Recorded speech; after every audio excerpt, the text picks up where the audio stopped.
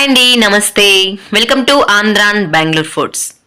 ఈరోజు మనం ఈ వీడియోలో లంచ్ బాక్స్ కి ఫాస్ట్ గా ఈజీగా మనం ప్రిపేర్ చేసుకునే టొమాటో రైస్ ని మనం ఈజీ మెథడ్ లో ఈరోజు మనం వీడియోలో చూసేద్దామండి.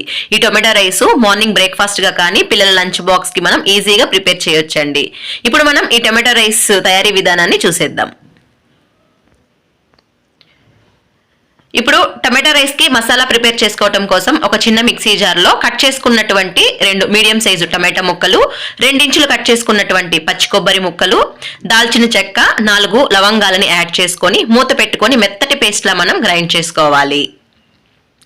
ఇలా మనం టమాటో మసాలా పేస్ట్ ని ప్రిపేర్ చేసుకొని ఇప్పుడు రైస్ ప్రిపరేషన్ కోసం స్టవ్ ఆన్ చేసుకొని కుక్కర్ ని హీట్ చేసి ఇందులో 3 టేబుల్ స్పూన్ల వరకు ఆయిల్ ని మనం హీట్ చేసుకోవాలి. ఆయిల్ బాగా హీట్ అయిన తర్వాత ఇందులో 2 బిర్యానీ ఆకులు, అలాగే 2 దాల్చిన చెక్క, 3 లవంగాలని యాడ్ చేసుకోవాలి. ఈ మసాలాలంతా లైట్ గా ఫ్రై చేసుకున్న తర్వాత ఒక 1/2 టీ స్పూన్ మిరియాలని యాడ్ చేసుకొని ఒక మరాఠీ మొగ్గ, అలాగే కట్ చేసుకున్నటువంటి ఒక పెద్ద సైజు ఉల్లిపాయ ముక్కల్ని కూడా మనం యాడ్ చేసుకోవాలి. తర్వాత కొంచెం కరివేపాకుని కూడా మనం ఇందులో యాడ్ చేసుకొని ఉల్లిపాయల్ని సాఫ్ట్ గా మనం మగ్గించుకోవాలండి. ఇలా ఉల్లిపాయలు మనకి సాఫ్ట్ గా మగ్గే వరకు మనం బాగా ఫ్రై చేసుకోవాలి. తర్వాత ఇందులో 2 టీ స్పూన్లు అల్లం వెల్లుల్లి పేస్ట్ ని మనం యాడ్ చేసుకోవాలి. ఈ అల్లం వెల్లుల్లి పేస్ట్ పచ్చివాసన పోయే వరకు మనం బాగా ఫ్రై చేసుకుంటూ ఉండాలండి. అల్లం మసాలా బాగా ఫ్రై అయిన తర్వాత కట్ చేసుకున్నటువంటి ఒక మీడియం సైజు టమాటా ముక్కల్ని కూడా మనం యాడ్ చేసుకొని ఈ టమాటాల్ని మనం బాగా మెత్తగా మగ్గించుకోవాలి. ఈ టొమాటోలు అనేది బాగా మగ్గిన తర్వాత ముందుగా మనం గ్రైండ్ చేసుకొని పెట్టుకున్నటువంటి టమాటా పేస్ట్ని కూడా మనం యాడ్ చేసుకోవాలండి. ఈ టమాటా పేస్ట్ని యాడ్ చేసుకున్న తర్వాత ఒక 2 నుంచి 3 నిమిషాల వరకు లో టు మీడియం ఫ్లేమ్ మీద మనం బాగా ఫ్రై చేసుకోవాలి. ఇలా ఈ మసాలా అంతా మనకి బాగా ఫ్రై అయ్యే వరకు మనం ఫ్రై చేసుకోవాలి. తర్వాత ఇందులో సన్నగా కట్ చేసుకున్నటువంటి కొంచెం పుదీనా, అలాగే కొంచెం కొత్తిమీరని కూడా యాడ్ చేసుకోవాలి. ఈ కొత్తిమీర పుదీనాని కూడా మనం బాగా కలుపుకుంటూ ఫ్రై చేసుకోవాలండి.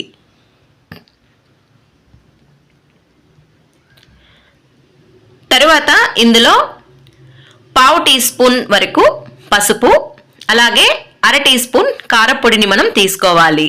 తర్వాత రుచికి సరిపడా ఉప్పుని కూడా మనం ఈ టైంలోనే యాడ్ చేసుకోవాలండి. తర్వాత 1 టీ స్పూన్ ధనియాల పౌడర్ని మనం యాడ్ చేసుకొని ఈ మసాలా అంతటిని మనం బాగా కలుపుకోవాలి. ఇలా ఈ మసాలా అంతా బాగా కలుపుకున్న తర్వాత నేను 1/2 కేజీ క్వాంటిటీతో ఈ రైస్ని ప్రిపేర్ చేస్తున్నానండి. ఈ చెంబు నిండా నేను రైస్ తీసుకున్నాను. దీంతో 2 చెంబుల వరకు వాటర్ని తీసుకుంటున్నానండి. 1:2 రేషియోలో. వాటర్ యాడ్ చేసుకున్న తర్వాత ఒకసారి మనం బాగా కలుపుకొని మీడియం టు హై ఫ్లేమ్ మీద మనం ఈ వాటర్ని బాగా బాయిల్ చేసుకోవాలి. ఇలా వాటర్ అంతా బాగా బాయిల్ అయిన తర్వాత ఇందులో 1/2 దబ్బ వరకు నిమ్మరసాన్ని మనం ఇందులో యాడ్ చేసుకోవాలండి. నిమ్మరసం వేసుకున్న తర్వాత ముందుగా మనం వాష్ చేసుకొని పెట్టుకున్నటువంటి ఒక 1/2 కేజీ వరకు రైస్ని మనం ఇందులో యాడ్ చేసుకోవాలి.